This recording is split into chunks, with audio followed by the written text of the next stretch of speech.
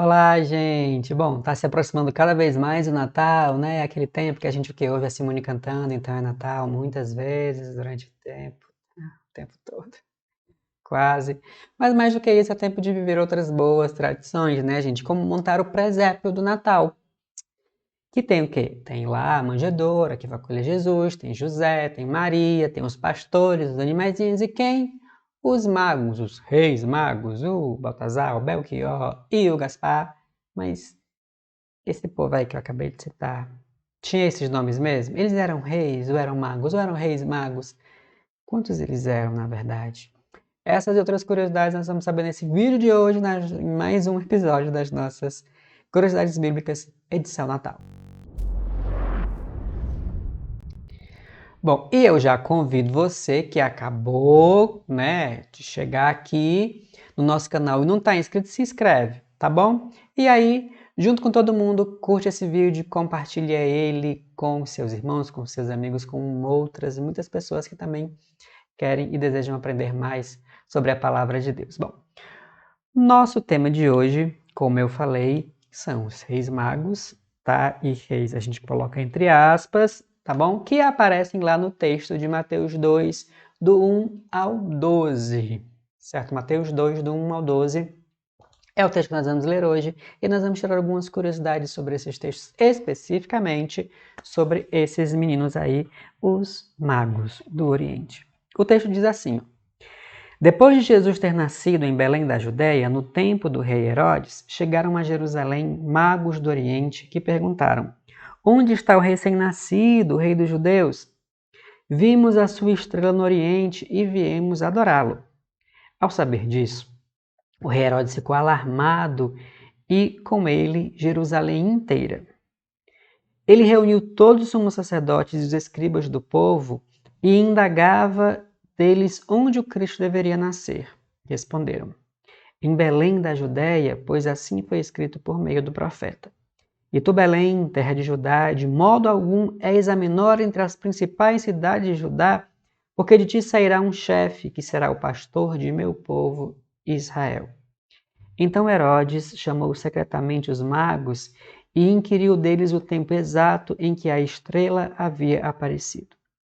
Depois enviou-os a Belém, dizendo: ide informar-vos com exatidão acerca do menino, e quando o encontrardes, avisai-me para que também eu vá adorá-lo. Depois que ouviram o rei, partiram. A estrela que viram no oriente ia à sua frente até parar sobre o lugar onde estava o menino. Ao verem a estrela, os magos alegraram-se com imensa alegria. Quando entraram na casa, viram o menino com Maria, sua mãe. Caíram de joelhos diante dele e o adoraram. Depois abriram seus tesouros e ofereceram-lhe presentes, ouro, incenso e mirra. E avisados em sonho para não voltarem a Herodes, retiraram-se para sua terra por outro caminho.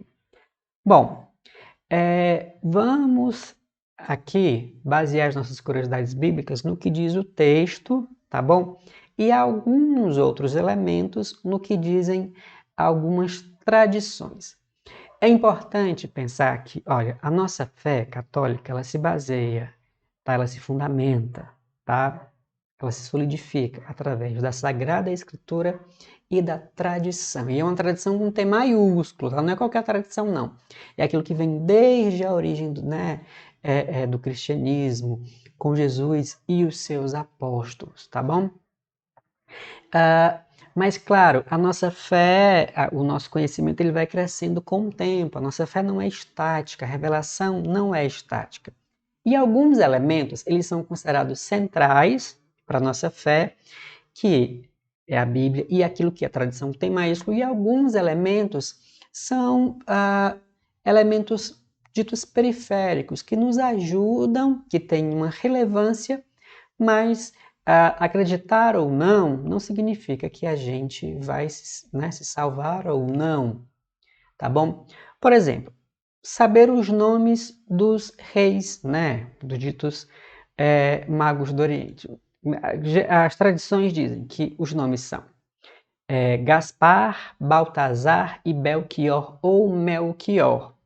Se você sabe dessa informação, beleza, mas se você não sabe, tranquilo, porque isso não é o mais importante. É uma informação que as tradições foram agregando a essa tradição maior que estava na Bíblia com o tempo.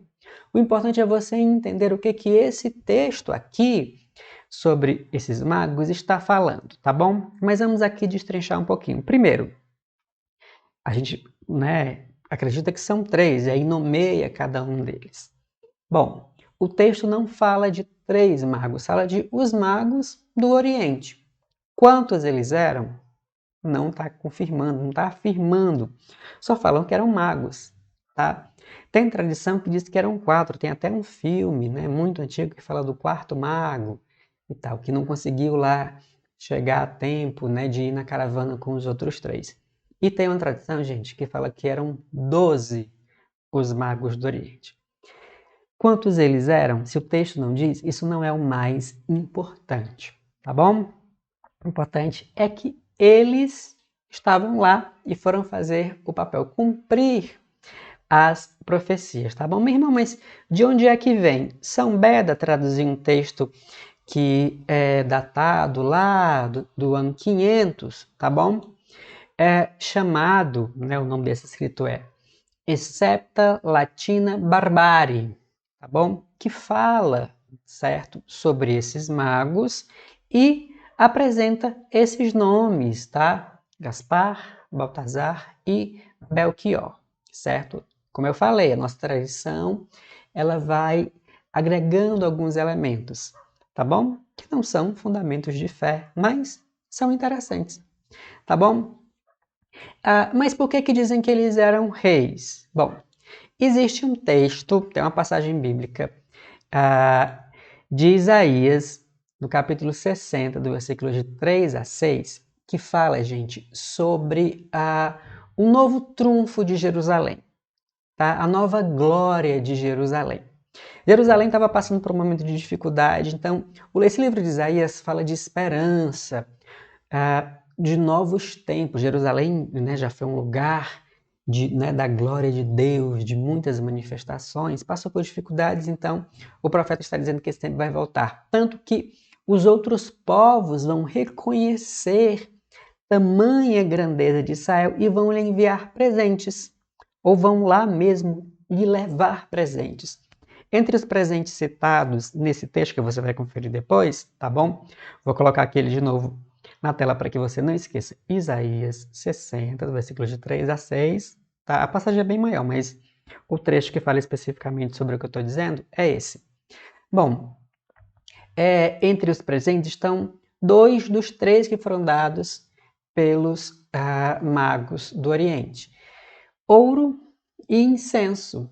Pois é, né? E aí as pessoas acabaram associando que eles eram reis por conta dessa figura, dessa profecia de Isaías, que apresentava a figura dos reis que iam lá reconhecer o Messias, a glória de Jerusalém, e iam presenteá-lo com um presente, poxa, muita coincidência. O ouro e o incenso estava apresentado lá na profecia, então eles eram os reis dos outros povos que iam. Bom, todo texto, gente, tem uma teologia por trás, certo? Dentro dos textos bíblicos, quando um personagem ele é nomeado, aquele nome fala da missão que aquela pessoa exerce. Cada nome tem um significado muito importante. Quando o personagem não tem um nome, como lá a mulher hemorraíça, os cegos lá de Mateus também. Então, se não tem um nome, não é que eles não têm importância, porque aqueles personagens que não foram nomeados, eles representam muitas pessoas ou falam de uma situação. No tempo de Jesus, os judeus acreditavam que a salvação era só para eles, que os pagãos não eram dignos de receber a salvação do Senhor. Os judeus mais tradicionais.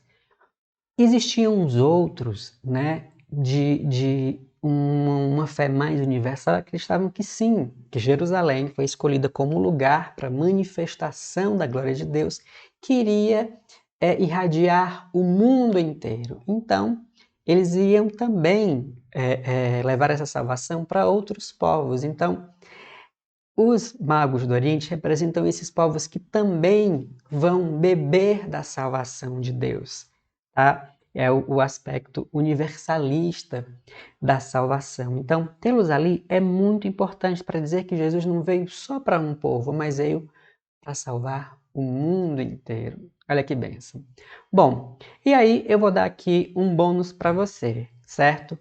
Esses presentes, o que significa esses presentes que eles vieram trazer? Bom, o ouro fala da realeza de Jesus. O incenso representa a divindade, afinal de contas, o incenso era usado, né, nos vários ritos religiosos, nos rituais que eram feitos. E a mirra, tá, que é um produto natural, né, que é uma planta muito comum no Oriente, era usado tanto para fins medicinais, quanto também para unção dos mortos. Olha que interessante. Então, os três presentes falam da vida e do destino, certo? De Jesus, do que ele ia viver. Ele era um rei, ele é rei, na verdade, né? Deus, por conta do incenso, e a mirra fala que ele ia enfrentar a morte, aponta para o seu futuro. Que interessante, né? E sabe de uma coisa também muito, muito, muito importante? É que esses reis magos representam todos nós. Nós não éramos, tá, do povo judeu, né? Enfim, nós não nascemos naquela região. E aí a salvação chegou até nós, que somos do Ocidente. Tudo bem que eles eram magos do Oriente, representavam outras nações, mas nos representam também. Por quê? Porque nós somos esse povo que recebeu também essa salvação de Jesus Cristo, tá? Que entende que essa missão, essa salvação, ela é alargada para todos os povos. Somos nós também, certo? Esses magos que vão adorar Jesus. Outro detalhe importante que eu não posso esquecer, eu ia esquecendo, o irmão Fabrício não pode esquecer. Por que eles são ditos de magos, né? Chamados de magos? Bom, algumas pessoas associam a questão da magia, né? Honorável Kevin Bart, né? Quem vai entender a referência? É seguinte, não é porque eles eram magos, não. É assim, mágicos, né? Na verdade. Magos era a expressão para falar de que eles eram homens sábios, eram versados, letrados, assim como os sábios de Israel, os escribas, né? Os sábios, ou filósofos, certo? De outros povos, entendeu? Então, há quem diga que eles eram astrólogos ou astrônomos. De alguma forma, eles estudavam as estrelas, né? Os elementos do universo que lhes era possível estudar da forma que era possível no seu tempo. Tá bom? Uma coisa importante falar quando a gente está falando de curiosidades bíblicas é que nós temos tanto elementos textuais, elementos contextuais e elementos que fazem parte de uma tradição extra-bíblica, tá? Os magos, eles são citados também em chamados textos apócrifos, como o pseudo não, desculpa, o proto-evangelho de Mateus, tá? E outros evangelhos que são ditos evangelhos, mas são apócrifos, apócrifos porque não foram aprovados, né? Não têm uma relevância para a nossa fé, certo? São usados como elementos para que a gente saiba do contexto, tem alguns elementos para a gente estudar, mas não tem uma mensagem de fé ali sólida, né? Porque se tivessem, estariam dentro, né, da lista dos livros das Sagradas Escrituras, tá bom? E a gente pode conversar mais sobre livros apócrifos, em outras curiosidades bíblicas, em outras formações por aí, bom. E é isso aí, eu sei que esse vídeo ficou um pouquinho grande, né? Mas é porque tem muitos elementos e teríamos outros muitos para falar ainda. Bom, mas o mais importante já foi dito. E aí, como eu falei no início, pedi, né? Não esquece de curtir esse vídeo, compartilha com outras pessoas, por favor, para que a nossa mensagem chegue a muitas pessoas.